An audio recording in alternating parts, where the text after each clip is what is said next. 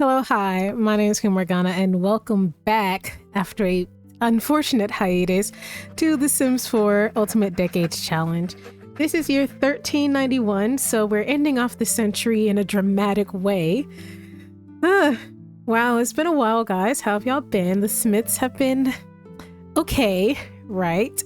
So I guess I should get the technical stuff out the way. I know y'all might have some questions about that machinima at the beginning, but I suppose let's go ahead and get the technical stuff out the way. So back during the business and hobbies patch update, the update that came before the official expansion pack was released, I, as well as so many other simmers, had quite a few bugs and glitches and everything. And besides just some weird cosmetic ones like disproportionate children and and toddlers, I think some of my toddlers are messed up. A lot of us actually had completely corrupted save files, and I don't mean like, oh, I could just load up a old save. Like the entire file and all the previous saves that come with the file was just completely corrupted. My entire UDC save was corrupted. My other saves were perfectly fine, but it was my UDC save, which is my longest lasting one at the moment, besides a couple personal ones, was completely corrupted. I could not play it. I couldn't save. I could barely go into create a sim.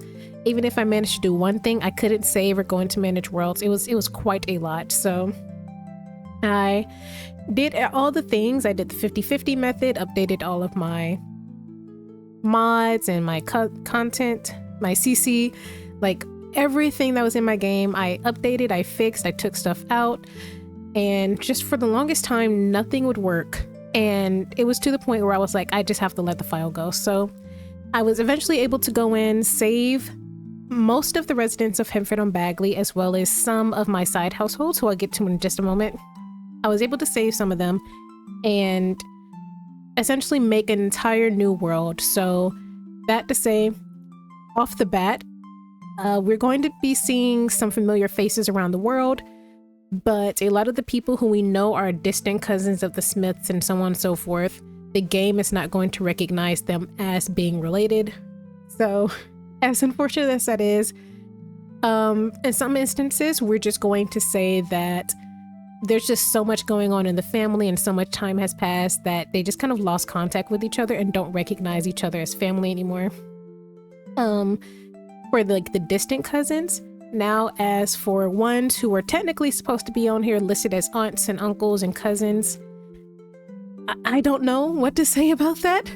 I'm going to do my best to act like they are still aunts and uncles and cousins, and I need to actually go back manually and I'm gonna see if I can try to give them like a fake relationship bit or something, but even if they have the relationship bit, they're not gonna be on the family tree, so I might not even bother wasting my time or anything like that. So if something strange happens, like a relation between people who we know are actually like first or second cousins, I'm just gonna say, hey, part of the time period and keep it pushing, or who knows, but that's essentially what was happening. And yeah, that's basically the watered down version of that. So I eventually got the game fixed. The patches that came out weeks and weeks after helped. Yeah, unfortunately, this was the worst patch update I've ever dealt with. Even the toddlers update and the infant update from back in the day did not break my game this much. Like, I've never had a patch quite literally break my game. So this was very unfortunate, very annoying, but I was able to salvage what I could. And I'm grateful to have them and still have a working game. But it's been a minute and it was very annoying. So if something seems off, or it might not be the same as before, it's probably because something might be out of my game now, or maybe I just forgot to put it back in. Who knows? But just about every plot hole or something like that, I pretty much have an explanation for. But if we come across something in the next few episodes and you're like, oh, what happens this? Yeah, I don't know, they might have got left behind. just ask in the comments and I'll respond. I most likely know the answer, even if it doesn't come out in the video. But that said, I suppose we could get into some lore stuff now. I guess you can have freedom to write Stephen. So yeah, what was going on with that machinima? Why is everybody dying? What happened? So surprise, surprise, that was actually supposed to be my end of the century scenario to lead us into the 1400s, but it started a little bit early. But essentially, actually, I think it might be best to go into that household. I'll be back. All right, here we go. These are the occult hunters. So in the past few months or so, a group of humans have kind of risen and created a guild. Or let me start from the beginning. There is a group of people, of humans specifically, who were dealing with some occults and taking it into their own hands to rid their own villages and own lands of these occults outside of whatever witch hunts or official hunts that might have been going on by word of the king or the lords or whatever. But basically, you know, we're kind of biased towards certain occults because we know in Henford-on-Bagley, the occults are pretty chill, right? We play with aliens and spellcasters. None of them are inherently evil or cause issues. We come across some of the werewolves and they're chilling most of the time, but we don't really come across, you know, fairies, plant sims, vampires, or anything like that. But a lot of other people do, and a lot of humans especially kind of suffer. Not inherently, but they can, right? We have the obvious vampires going around killing people and sucking out their blood and breaking into their homes, and that's a problem, right? You know, werewolves also are pretty murderous sometimes, but also because they hunt their meat fresh, a human with a bow and arrow can do nothing against the hunting abilities of a werewolf. So a lot of humans in certain villages with large werewolf populations, or even just one werewolf family, because werewolves eat a lot more than humans, like could not find, you know, beasts to hunt and eat and things like that. Mermaids have a reputation of killing sailors and pirates. Do they deserve it sometimes? Maybe, but that is still their reputation. Fae steal kids or something like that. I don't know. The Fae are kind of elusive, right? We don't really know too much about them besides the fact that they're dangerous, tricksters, and you might lose yourself and or your children. You know, witches, most witches, as we've seen, are usually just regular people. They suffer the same fates as humans, illnesses, famines, and all that, but there are quite a few witches and spellcasters who, you know, take people's life essences through cow plants, like you know how Marjorie's fate was, and you know, there's rumors of them killing animals and doing sacrifices and just doing all these other type of stuff that put people in danger. But all that to say, outside of what we see from the tiny village of Henford-on-Bagley, not that all occults are dangerous, but a lot of humans do suffer because of occults, right? And some of the occults know that they're doing that. Not all occults choose to live amongst humans or even see humans as equal or worth it or anything like that. It's a whole thing, but basically, it started off as just a couple of people, a couple of men, you know, who would train themselves and study up on how to protect themselves, their homes, and their villages from these occults. And eventually more and more people joined, and as the group grew bigger and bigger, it of course got a lot more acclaim and brought in people who didn't want to hunt down these occults or, you know, just to protect the people around them. They were doing it for vengeance. You know, a lot of them lost family members. Like, yeah, a lot of them lost family members and had family members go missing or just turn up dead and all this other type of stuff. And it was very clear what they were attacked by, right? Or, you know, even the kinder occults could still cause some damage to an average human family. A hungry vampire who morally does not feel right drinking from a human, especially without their consent, will usually go after cows and chickens. But a peasant family, or just a regular family, but especially if you're a peasant and don't really have much to your name, if your cow and your chickens are sucked dry, you don't have food or money to survive. You're going to die. So, unfortunately, in some instances, even when an occult is trying to do good and trying not to cause harm, somebody ends up hurting, and usually ends up being either spellcasters, aliens, or mostly humans in this case. So the group just grew and grew, and it became less of a occult protection squad, like a group of people protecting their fellow humans, or people they believe are human, from more obviously dangerous occult like vampires and werewolves, to kind of this human supremacist hate group. They're intentionally going around killing anything or anyone who they believe is an occult or has some type of link to an occult. So this is one of the current leaders. There's quite a few factions, but I'm not putting a bunch of people in my game right now. I'm gonna let the game load itself. But this is one of the few leaders. We saw him in the machinima. His name is Benson Means. Also, this group is in Oasis Springs because, well, murder is still murder, right? I'm sure most villages wouldn't care if the person you turned out to murder is a vampire or a werewolf or something.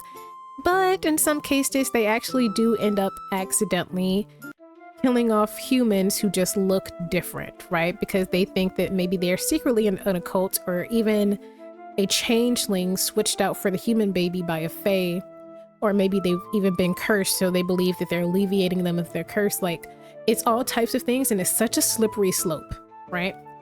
But as we saw in the machinima, this handsome young psycho right here actually came to Henford-on-Bagley, managed to get a audience with the Lord Nelson, and pretty much told him, hey, we're an occult hunters group. We've gotten word. We've sent spies in, actually not even gotten word. He spent some spies in pretending to be traveling salesmen and stuff, and they saw some pretty interesting things. You know, they saw people with blue skin walking around. They saw a handful of werewolves, and they just saw people acting like everything was normal. And, you know, I'm sure people have heard that during the Peasants' Revolt, this village had a lot of hidden werewolves, and they were all killed off. So to see them still plagued, quote unquote, with such atrocities, they are taking it upon themselves, or took it upon themselves, to come in and be like, well, don't worry, Lord Nelson, we'll help you out. Tonight, we're going to come and cleanse the village of these beasts. And Lord Nelson, who is a human, who was once married to a spellcaster man himself, who's raising a human son with, you know, remnants of fae blood, because he's got that white hair, and is currently in talks of a arranged marriage with someone who's half alien, half witch. You know, he doesn't really care about people's occult status, but in order to not lose his power or his head, he had to act like a regular human guy and agree to these terms. So of course he couldn't go out and warn most of the villagers because it would look suspicious. So he warned the one person he could think of outside of his family, which was Stephen. And Stephen proceeded to, you know, he's worried, but he's already got a plan in mind. So I did not record this because it was already taking too long, but Stephen proceeded to came up with some type of way for his mother and wife to hide the kids, because the kids cannot pass as human. Even the older two, once you look at their eyes, it's clear that they're not human. The only three that can pass are the adults. So they hid the children very, very well, using a teensy little bit of magic to make them invisible, made sure the toddlers stayed quiet and everything through the night. And once these guys came to their door, they just pretended that there weren't even kids in there, that they were just regular human people, you know, living life, right? And these hunters essentially left them. So the hunters killed the remaining werewolves in the village, some of the aliens or half aliens they could find. Amice and her family are all right, don't worry. And just hurt a lot of people. And at the end, they kind of figured, or this leader here kind of figured, that the village was too tainted to just leave on its own. And he ordered him and his men to burn the village to the ground. So every single person there lost their home. The peasants suffered the most from it. Those who had money were able to somewhat recover, but the village is in shambles. People are turning against each other. Nobody knows, like, if some of the humans might have called the occult hunters themselves or what, because a lot of the humans in the village, remember, they don't even like a lot of the occults, and they're scared of Amice and her family and stuff like that. So nobody knows. There's some disconnect between the villagers now. They're all fighting against each other because at the end of the day, every single one of them suffered. And even some villagers who weren't even occults, who were just maybe married to an occult, or perhaps friends with an occult, or even just maybe had a skin or eye condition that, or hair that made them look so differently, or even a very distant grandparent that gave them some type of different trait. They all died. So it was tragic. It was a bloodbath, and it all ended in a fiery, fiery, smoky, and ashen, just despair-ridden situation. So we're not really going to see these guys specifically, but they do have a group called the Monster Hunters Guild, and I think I need to go back to my MC Command Center settings, but I believe I have it set for these like groups that come with get together, the max to be 15. So if we come across a human who has the Hunters Guild above them, then we'll know that they're a hunter. But this also means that there could potentially be some humans who are also anti-occult, and to be wary of them because they could always call a hunter.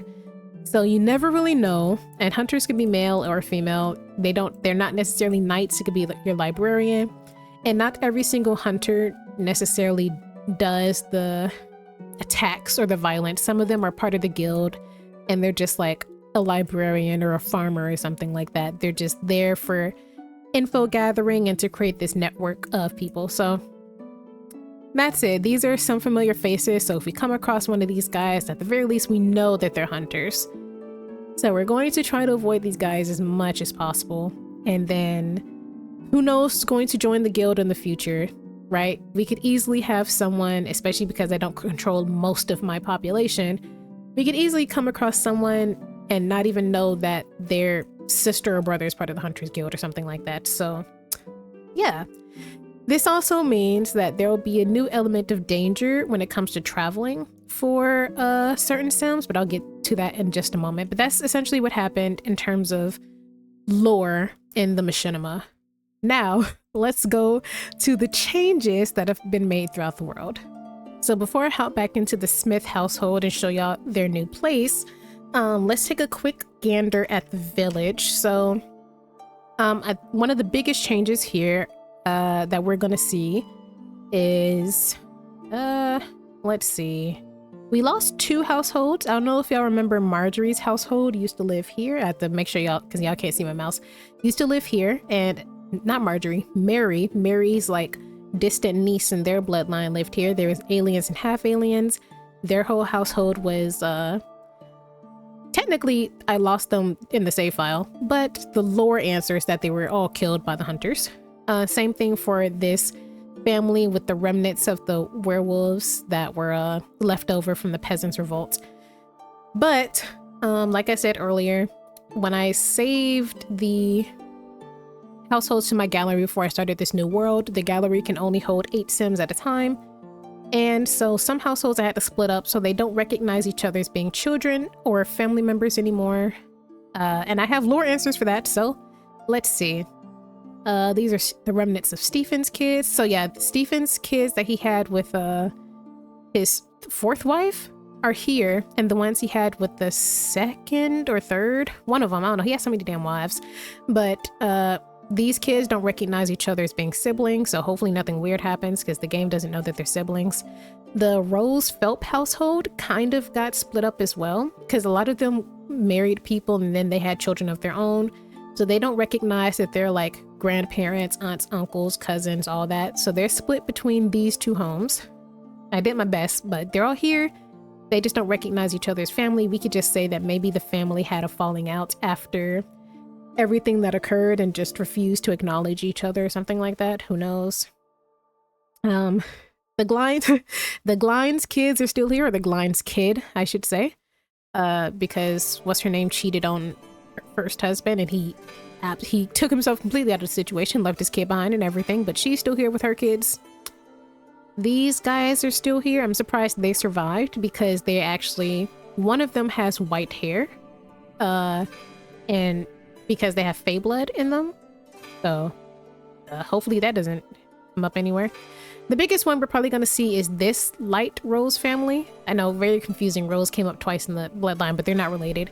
So if we remember, the kids in our gameplay, Edith and Lawrence have been befriending these kids here. Because this guy, he had twins. No, wait. What did he do? Yeah, he had twins with his actual wife, but he cheated on his actual wife with the maid, and then they had triplets.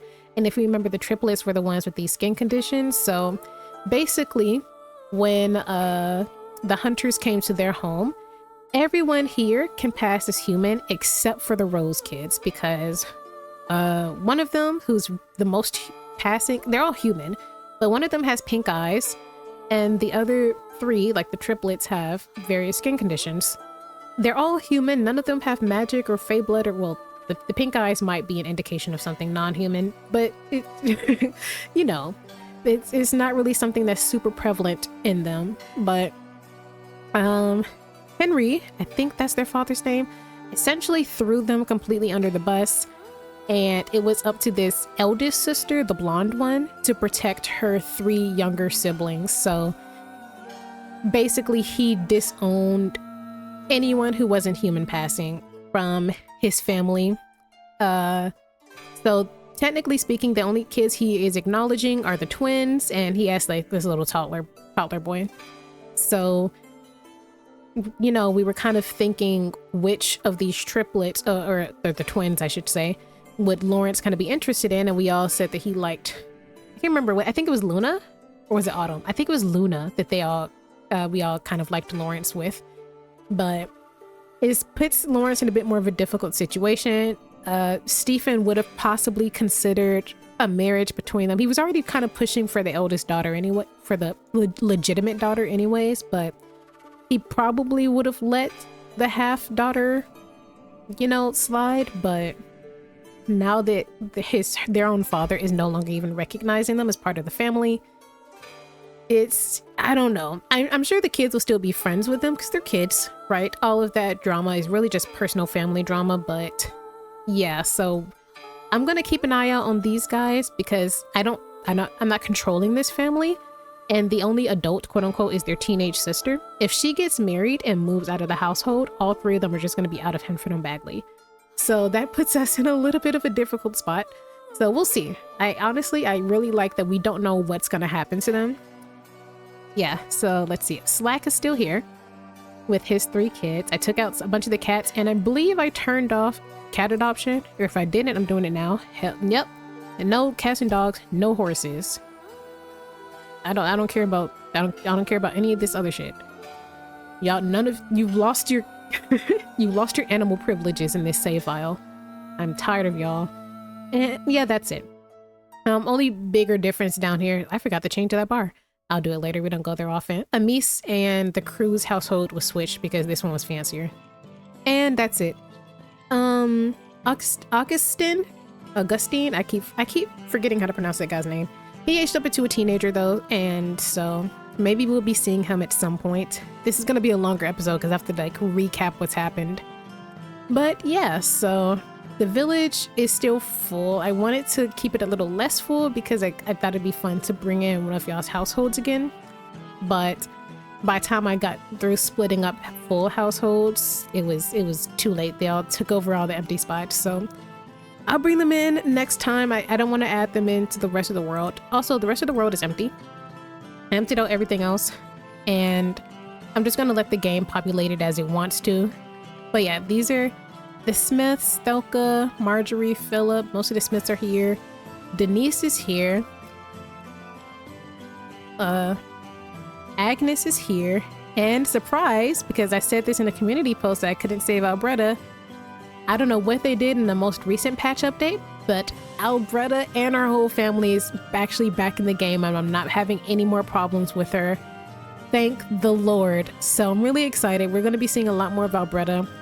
I thought about bringing Agnes back as like another main side household, but I'm going to hold off because I don't think it's necessary anymore now that we have all the other ones back. So I am content with the ones we have right now. So let's just hop back into our main household and see the new place. Here is the brand new Smith household. I will put the creator of this household up on the screen right now. I got this off of the gallery. I did not changed the layout of anything at all, or even like wallpaper and stuff like that.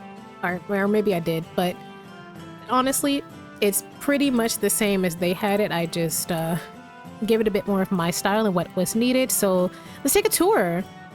So we've got like this little pond over here.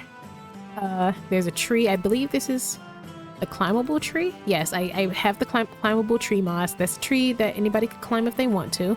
This is the front door. There's like a 2-section house and I love it. This is the front door and it leads into this little walk area. There's a giant space here for them to entertain if we so desire. So that might be something fun we could do now in this bigger house. A gigantic dining table, a very nice kitchen. Good lord. If we come over here, they actually have a secret room behind some bookcases in the wall here. And this is where they'll be making potions. So I think the fear of everything that's just happened, at, you know, having their home burned to the ground, seeing other occults, mostly werewolves and aliens, but they are aliens, but you know, seeing people just be cut to the ground brutally for existing kind of scared them. So they're definitely going to be embracing the power they do have a lot more. So potions and learning more magic and spells is going to be something that these guys really heavily lean into soon. Stephen was definitely shaken and terrified, and Lucia was so scared as well. As we know, Lucia already lost her entire family during the Peasants' Revolt because they themselves were witches. And honestly, had she stayed in Willow Creek, she would have burned just like they did, right? Her father burned, and so did her older sisters, and they were all they really had. So she's just really scared and definitely want to, I don't know, been heavily leaning on Stephen a lot recently. There's this little thing for the kids to do, or adults. What is this called? Chess table. Oh, I'm losing it, y'all. I'm recovering from being a little sick as well, so excuse me if I sound stuffy and weird. A little extra bathroom, a gigantic sitting area, which is really nice. A fireplace that I need to have someone go get logs to light now that winter approaches. Some more stuff, bookshelves, foraging table. And if you come upstairs, it's amazing up here. They really was able to clean up. Luckily, they had quite a bit of funding at the end of before their entire world burned down. They still had quite a nice cushion. So they also was able to just rebuild really nicely. So Stephen now actually has an office. So whenever we make potions, he's gonna hide it up here on this table in his office. The door's locked, so no one can get in here anyways, but this is his study. They have a nice little bathroom. Him and Lucia share this room. This is where they'll be giving birth and sleeping and all that. This is the girls' room here. So right now we just have Edith and Celestria. This is the little nursery for when they have more children. Actually, Lucia's pregnant right now. I do know what she's having because I have to cheat the pregnancy because it goes over the limit for me to put them in the gallery. So y'all don't know what she's having, but I know what she's having. So, and this is the boys' room. So when the baby is born, I don't know if they'll be able to stay in this room by themselves, or if I'll have them go into one of these gendered rooms or what, but we will see. And a bathroom for everybody to share here. And if we come over all the way back here, oh, let me go down. On this side is actually, I'm going to call it an in-law suite, but it's basically just another house attached to the main building. This is where this is where Annabelle stays. Annabelle sleeps in this room, has her own bathroom, and we have an extra room for whoever, you know. We have an extra room, and then she's got her own sitting area. We'll be putting all our wine and stuff in here. Books, her own table. And if we come up this ladder, there's a little painting studio for anybody who wants to get into the arts, you know. They have a much smaller plot of land to grow on, but I think that's okay for now because they mostly rely on their wine and stuff. But the only thing about it is they get a lot of their food from this garden, so we're gonna see how that works out because they actually have no food right now. Because that was in the last save file, so they have no food because their entire home, the entire village burned down. They weren't able to get any of their crops, any of their food.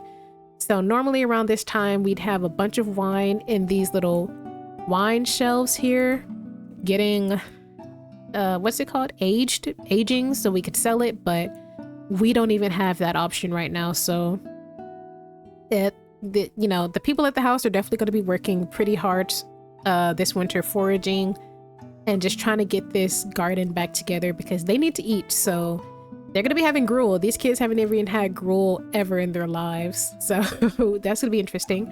We got something for cows, and we got some chickens, some birds. That's not birds, these are bees. Bees, and of course, laundry. And they can still make mead and whatnot a little bit. I need to get them another table. I did not get the business and hobbies pack, so there's not like a live-in business option. We're going to stick to the table and all that like we usually do. I do not have that table out right now because they have nothing to sell. So I'll bring the table back when they actually have something they need to sell. And yeah, that's it. That is it. I'm not sure if, I meant to say auto lights, all candles. I'm not sure if this episode will be 2 years, like another double episode, which we haven't done in a while, or if I'm just, because I'm already spending a long time catching y'all up, if I'm just going to do the rest of this year, because we already missed the first 3 months of this year, but that's okay.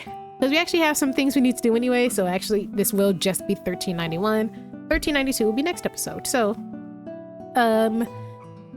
believe it or not, we actually have birthdays. I had to manually go back and count how many days we had because, new save. The ages kind of got mixed up and everything, so yeah. I couldn't fix all of them, so I'm only really going to worry about aging up the main household when I went back to count. Maybe I'll go back and recount Amice's final child so that we can make them a side household a little bit quicker. But we'll see. But speaking of Amice, we actually have to age her up. She was supposed to age up in those 3 months that we missed, but that's not something that happened. So we're going to go and age her up, and then we need to come back and age up the twins, David and Warin, because it's their birthday as well. Okay, so here we have cute little Amice, which is, she's not little anymore. We're actually doing her adult role, which is terrifying, but it's real. So let me not dally.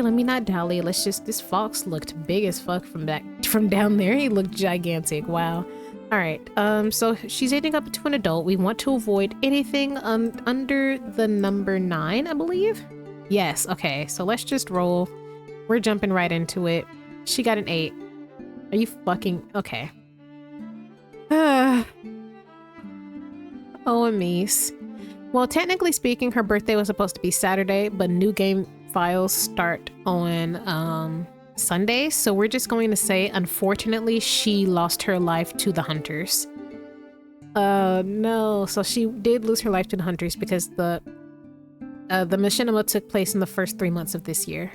So, damn. Oh, I feel bad. No. Okay. Let me check and see if I've saved this household real quick. Okay, I apparently have not, so I'm actually going to go ahead and save the household. Normally, I don't upload households to the gallery until they are like complete, till the last child ages up into a teenager. But I know for a fact Amice is a big fan favorite, so I'm going to go ahead and save with Amice in the household, and this whole household minus, I'm probably going to take out Kobe because no one really cares about that guy, but Amice and all of her surviving children are going to be in the gallery. But I'm sorry, Amice, 30 was when you die. No, oh, I can't have shit. I actually feel bad. I wanted her to live a long life. She's been such a fighter. I can't believe after all of this and she dies. You know what? I'm not going to break my rule. I did say side households. I'm only going to roll once. I'm not going to re-roll or anything like that. Boy, do I want to, but it's okay. But clap it up for Amice, guys. Oh, this is actually devastating. I feel bad. Well, she's leaving behind all her kids, And then in the next few episodes, I need to go back and count how many days Jalissa has, but in the next few episodes, we're actually going to be aging up Jalissa before we finally give up the household. So yeah, goodbye Amice. So she was killed by the occult hunters. So she must have been one of the you know, blue skin people that they saw besides the other aliens. And you know what? A lot of the villagers, especially the older ones who knew her when she was a child, was always super wary of her. So I imagine some of the human villagers, peasants, would hear what was going on, you know, see the hunters and what they were doing, and just use that as an excuse to kind of throw Amice under the bus. And so Amice must have known that they were going to come looking for the most non-human person. Most of her children are passing, but there's like 2 girls with green freckles. Yeah, they could pass these guys off as being sick, but I don't think the hunters would care. So I'm sure Amice probably just completely gave herself up so that they wouldn't go looking for anybody else who looked different. Because as far as she was aware, they're looking for someone with blue skin. And she was just trying to protect her children, knowing that she would die. I know Thomas is looking from the afterlife. Thomas would have protected her. He was such a strong spellcaster. Thomas would have never let this happen. He was gone too soon. Oh well, at least she gets to spend her afterlife with, I don't know. I don't even know, man. She gets to be with her father and her husband once again. Goodbye, Amice. She had a death by fire. Because I'm sure well, technically her death would have been like by arrow or sword, but that's not an option. So we're gonna say death by fire. Oh no. So I think, who's the eldest in the family? I think it is Nicola. So Nicola is now head of this household, which he doesn't really seem too prepared for, but I don't know, her grandfather's here. I don't think the game recognizes him as being her grandfather though, actually. Oh, it might. Does it? It does. Okay, cool. I thought it wouldn't because his son isn't in the game. But as long as there's a connection, I think it did. Alright, so at least she has her grandfather to kind of help rely on, but Kobe is also in such a weird situation himself because he's seen so many spellcasters die. But oh, this is so sad. Alright, let's just go. This just made me realize that the only surviving child of Amir and Mary is now just Denise. Because even Grogo died. It's literally just Denise because I did not think Amice is gonna die. I'm still shaken.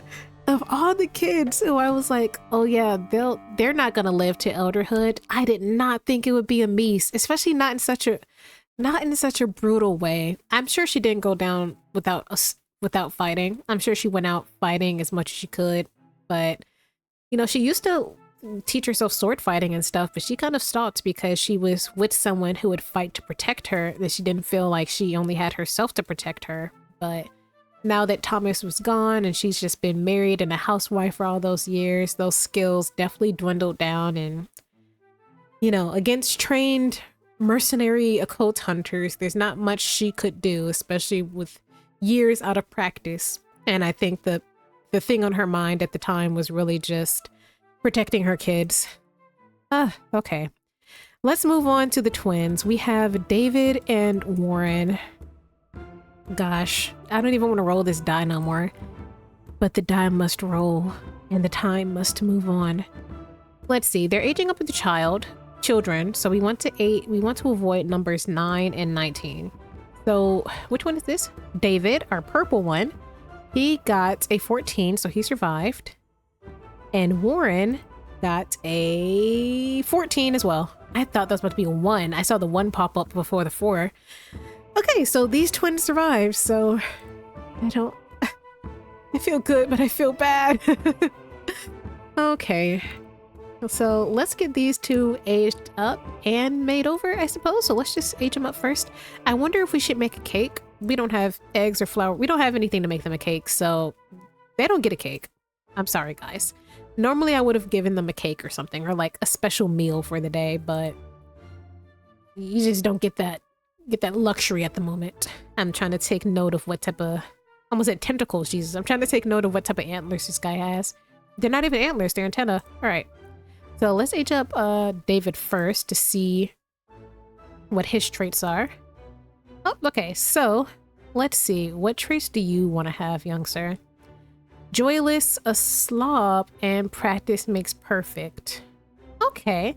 I can see him being a little bit of a slob. He is growing up in this luxurious state. Like the literal village burned down and he's still rich. Like that's how you know you're rich, bro. Your whole village, your livelihoods, everything burned to the ground and you're still rich. Like oh my gosh. And practice makes perfect. Maybe he feels that because he's looked down on because of the way he looks and everything, that he has to be extremely skilled and is constantly practicing and studying and researching to, you know, prove himself and prove that he's just as worthy and just as good as any other child, or maybe even especially Lawrence. I'm sure Stephen has become a bit stricter of a parent in these past few months, you know. So I could see that. And the joylessness, honestly, between his mama, the way she acts, and everything happening in the village, and the way some of the other village kids and stuff might treat them, I wouldn't be surprised that he kind of suffers from some type of depression. It's crazy. If you have, the only other person who looks like him is his little sister, but he doesn't really have anyone who looks like him. And there's a danger to looking like him. Before, the villagers who just suck it up and like gossip between themselves, but now his life's in danger, so that's gotta be depressing. So let's give him motor. All right, so let's see what this guy's like. He's hyper, also joyless, and brilliant. Okay, these Sims tend to be very energized and have troubles of getting focused. Joyless and brilliant. Interesting. So it seems him and his brother both kind of face some of the same internal struggles. He's very bright, you know, so where the other brother has the practice makes perfect, where maybe he struggles a bit with certain things and he's a lot more motivated to just keep trying harder to keep up. So maybe him keeping up isn't even just about Lawrence. Maybe it's about Warin as well. If Warin, Jesus, I mixed everybody's name up. Warin is brilliant, so he's extremely talented in everything. So yeah, David having the practice makes perfect trait makes even more sense, because he's facing off against, internally facing off against the air, human passing villagers, and even his non-purple skinned twin brother is brilliant. So I could see that. And Warin is also kind of hyper. So I guess when he's not like spiraling between being super hyper and feelings of like depression, I don't know.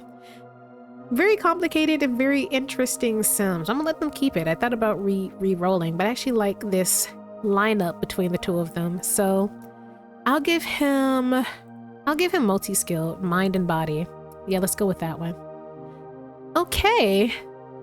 These guys do not have that skin condition. It's just right next to the antenna. That's why I gave it that. But let's hop into Create a Sim, give these guys a makeover, and see what exactly it is that we're working with.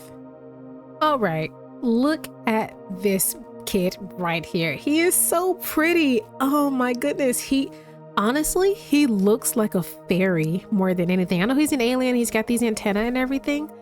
But if I plop some wings on this guy, this is a fairy. I'm sorry. David is so cool. I think of the kids so far, I don't know what I'm gonna feel about Lucia's child that she's pregnant with right now. But out of all the kids so far, I think David, in terms of looks, is my absolute favorite. Oh my goodness. Like, I think it's his face. He has his mom's bone structure, but this coloring and everything, I don't know. He looks like a dark pixie or something to me. I don't know. I think he's so cool. I just can't get enough of the guy. I'm excited for him to grow up, because he's gonna be like He's definitely got his mama's face.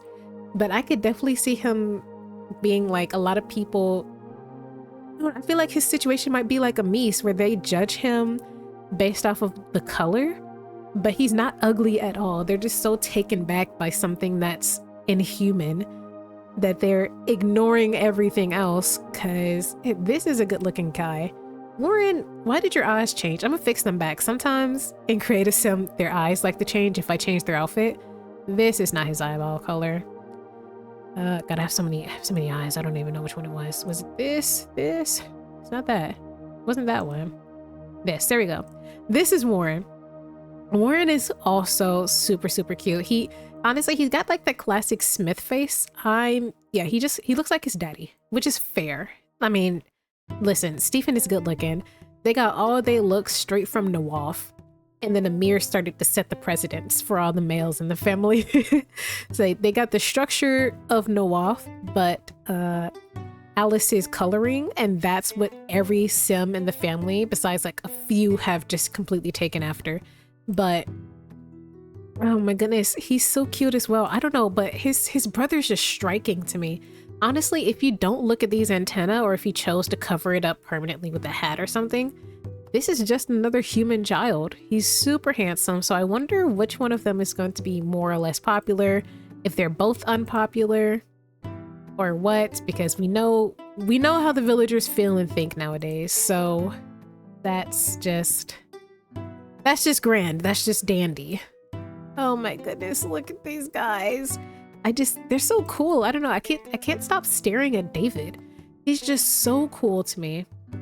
But yeah, because of everything that's happened in the past few months with hunters coming and hunting people down who look differently, and now that Amice died at the hands of hunters, now that we know she died at the hands of hunters, I should say, I think Stephen is also going to kind of go back to his roots that him and Grogo kind of ignored, and start bringing back sword fighting and archery back into the family. So he wants them to be able to protect themselves magically with that type of power, but also be able to hold themselves in combat if need be, like if their magic fails them, or if they can't use magic, or something like that, right? So I don't know who's going to train them, because Stephen doesn't know how to do that either, but something will be figured out. But oh my gosh, David, I feel like David's staring straight into my soul. Look at that. But yeah, I don't know who they're gonna make friends with or anything like that. There's still kids in the village, and the kids' ages have been reset, so all of them are the same age now. So I don't know. I'm excited though. I really am liking the twins so far. I'm really liking them, and I'm really interested to see their dynamic with each other, with their father and their older siblings, or especially Lawrence, I should say. I wonder how David as well is going to feel about the siblings who are more human passing. I'm sure he loves them, right? But I wonder if he'll feel some type of jealousy towards them. Like Edith, she has her own issues. She's got these crazy eyes, but besides the fact that she's blending in with the pillow here, she looks like a regular human. Same thing with Lawrence. At least Warin has a antenna, so kind of understands, but from a distance, if you back all the way up, that's just a guy. Then David, you back all the way up, you just see a blob of purple. You don't know what you're looking at, but you get closer, you just see red eyes, and it's all types of scary. So that's just terrible angle for me to say that, but I don't know. How do y'all feel? Which one of the kids so far, not the kids so far, I'll say the twins, which one of the twins is y'all's favorite so far? I like Warin, but I really like David. I like the dynamic of them being fraternal twins with completely different looks and completely different troubles and dangers, but also the talented, like natural born talent versus hard work dynamic they also have going on. Because David already has a bunch of stuff against him, and he doesn't even have the natural born talent. They could have gave him the brilliant trait. Warin, not to say these antennae are really working for him. I mean, he looks good, don't get me wrong, but he is naturally talented. I'm definitely seeing a lot of Amir coming out of him. more so than Lawrence. Like, I don't know why, but it's getting to the point where I see Warin kind of being a better heir to the family than Lawrence. Not better, but at least more interesting, I should say. But we'll see. I said the same thing about Stephen. I did not think he was going to be an interesting heir. Now look at him. He's got an office. Like, that's how you know it's getting real. I got CC in here. That's how you know it's real. All right. Let's see. Honestly, we have quite a few things to do. Now that the household is reset, I'm getting rid of that trash can and replacing it with something else. Now that the household is reset, I do kind of want everyone to start doing basic things that we need to do. So let me see.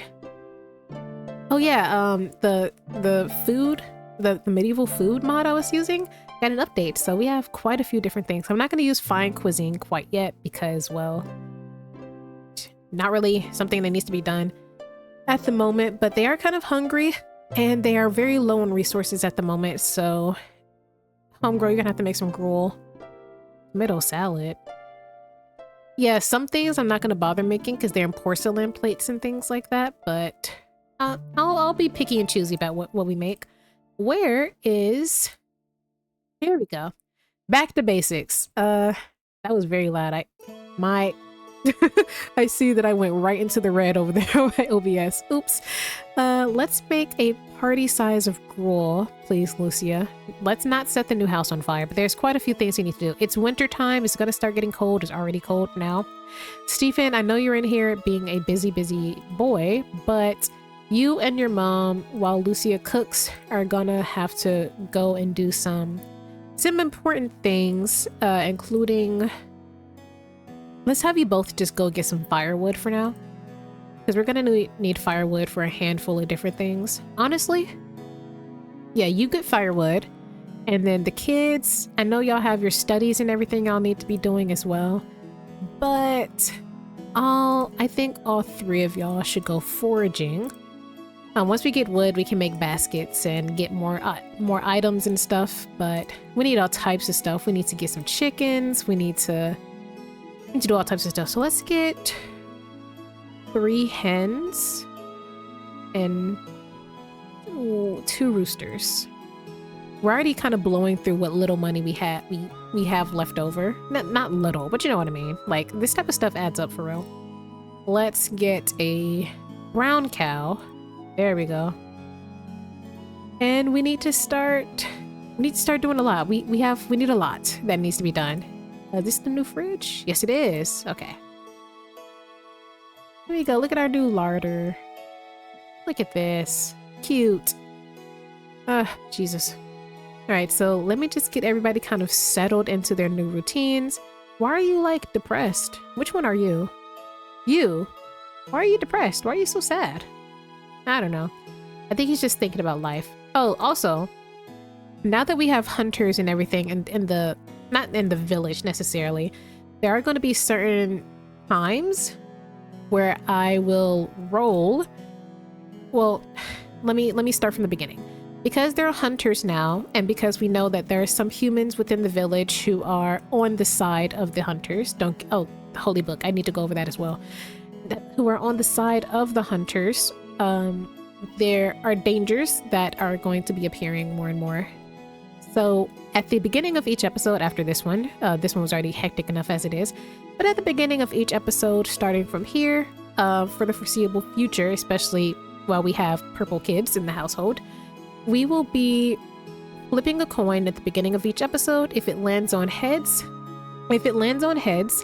we will not be having the hunters out on the lookout for anything strange in the village. But or at the very least, they might not have been notified about anything strange in the village.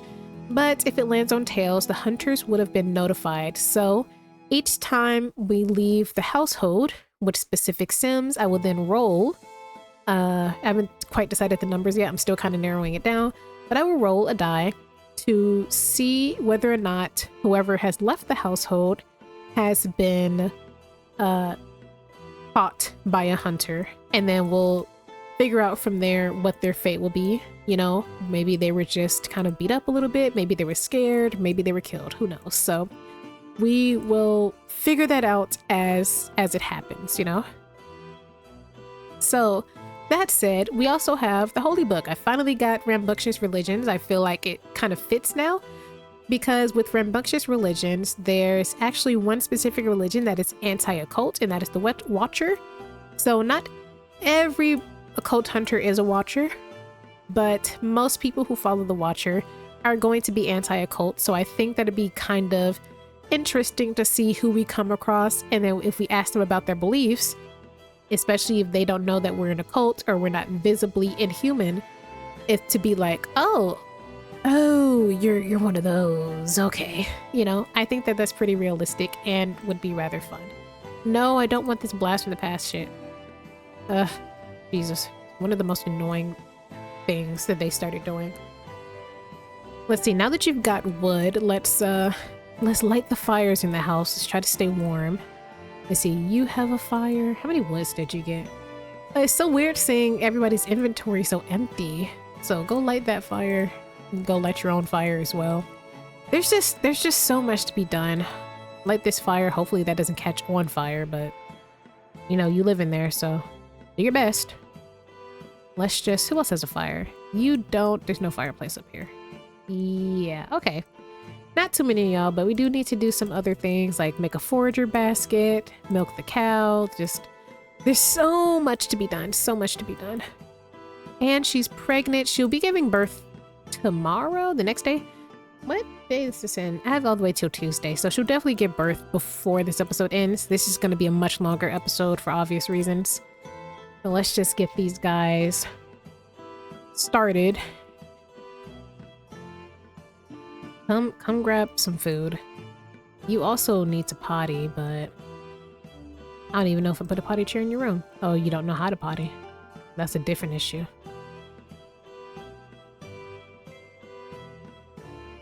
You know, at the very least, it's really nice to see all the kids sitting and eating food together, you know? And like joking and playing. It's nice. Okay, Lawrence likes pranks apparently. Beautiful. It's the next morning and everyone's slowly getting up, enjoying another bowl of delicious gruel on this beautiful morning. Her third trimester is in 3 hours, so she'll definitely be giving birth sometime Tuesday morning. So we still have a little while longer to go, but that's okay because there's plenty of chores for everyone to get done so they can get back into sustainability. So people are slowly waking up. Do you have work? Did I give you a job? Yes, you have work at 8. So he's actually a town negotiator instead of a meister. So he's making less money, but you know, life. So he's making 30 simoleons. He needs to reach level 7 of his charisma skill, which is not his strong suits, clearly, but he needs to get up. Oh, that's not what I meant to do. You need to get up so you can eat yourself some gruel to get some type of sustenance before you head off to work. Lucia is still just, she's not happy about this pregnancy at all, but she's got a lot on her mind anyway, so that's about it. We've got some chickens and a cow here so we can get back on our egg and milk production. We've got some stuff growing in the garden. Hopefully it grows to a pretty good size before the snow comes, because the snow stops so much from growing. Annabelle, she didn't really get to sleep last night, so I'm just gonna have her take a nap because she never sleeps much, you know? You, when you're done, come clean this cow. We actually never cleaned that, I think. Oh, it's already filled. All right. So come clean the cow and then milk the cow so we can get some milk to just do other things. The chickens are chickening as they do. And yeah, people are going to be going around doing all types of chores just so we can have school for Edith. Girl, you don't have... Girl. Nah. Milk the cow and then quit your job. You're going foraging. You're not going to any type of school. The Monster Hunters Guild is looking for new members and found David Smith to be a great match. David Smith is, God, I don't even know the man's name no more. But one of Stephen's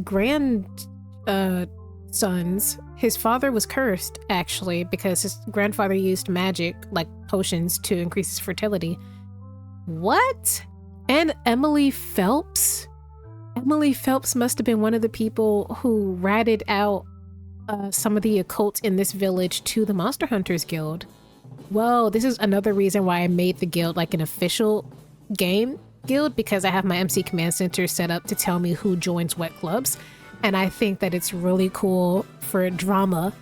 Okay, so just because we know doesn't mean that my Sims know, by the way. My Sims only know if they interact with her. We don't really interact with Emily Phelps. So that's, I don't know if we will, because she's a peasant and Stephen's kind of elitist. Benedict Jones? Actually, that checks out. This is, Benedict Jones is, oh my, so many people are joining this Monster Hunters Guild. Benedict is not Avery's son, Gabriel's son, who is Marjorie's son. So Marjorie's grandson, eldest grandchild actually, is Benedict. And they're so far removed from like all the magic and stuff, so I can see why the human side, like the extended human smiths that we've kind of become separated from, are joining into this Monster Hunter stuff because they're not being raised with or around magic and occult. So Monster Hunter Guild, I don't know who that is. Don't know who that is. This is not canon. I'm gonna fix that. With the thing with the group, you're not doing this bear shit. The thing with these groups is that I could make a group specifically for cults, but I couldn't make one that you couldn't allow cults into. Like I couldn't make a human only cult. So if I see that someone who is not a you know, who's not a person who should be there, I will go in and remove them if I need to. Like Agnes, I will take out. A Slack? What? A Slack. Now you know. Oh my goodness. Hold on. It's joining so many people because I have the group extended to 15 members, which I thought I did, but I had to make sure. I'm getting so distracted. First off, you're not a bear. Fuck off. Go to sleep. Okay, I'm too busy having a crisis for you to have a crisis. So, okay. A Slack Humphreys joined the guild, which once again, this is like a second or third cousin from where we are right now. So he's also pretty far removed from us. But you know that we have aliens in our bloodline.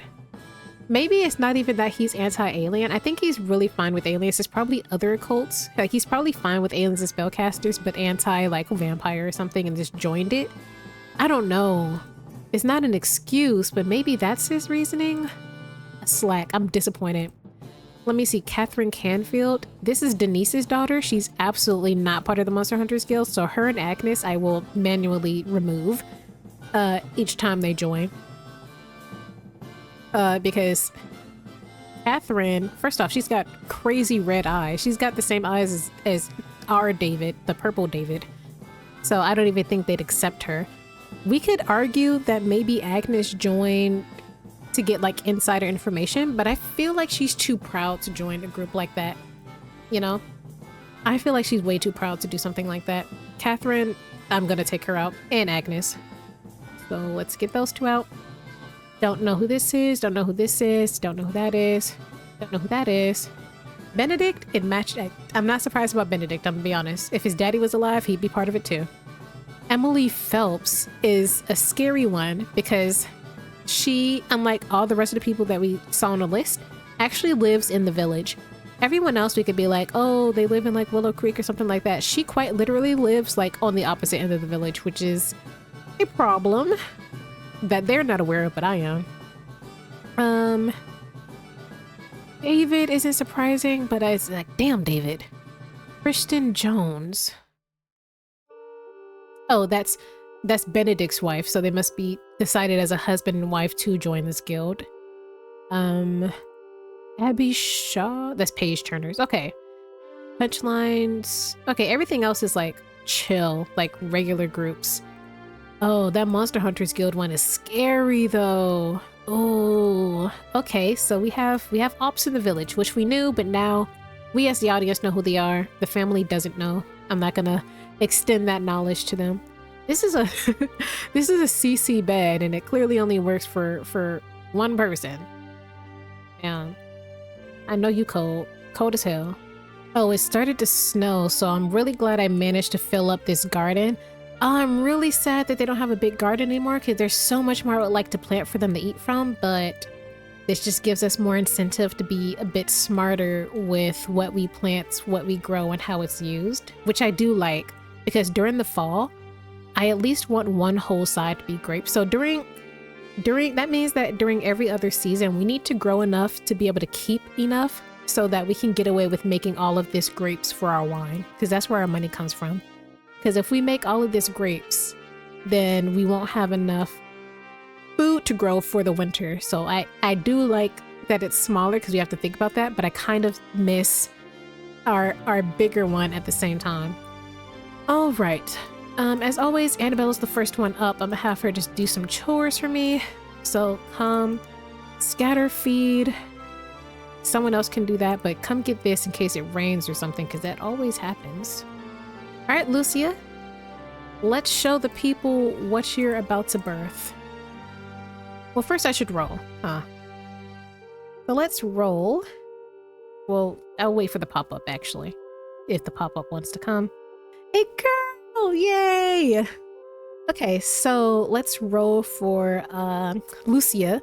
As always, we want to avoid the number 1 because she's giving birth. So let's roll. She got a 19, so she survives.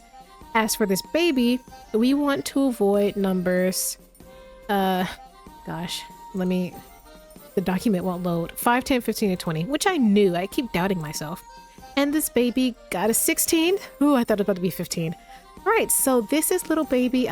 You know, you would think because I knew what she was having, I would have rolled for a name already. I didn't. And this baby's name is, oh, Ada. Little baby Ada Smith. So we have Ada Smith and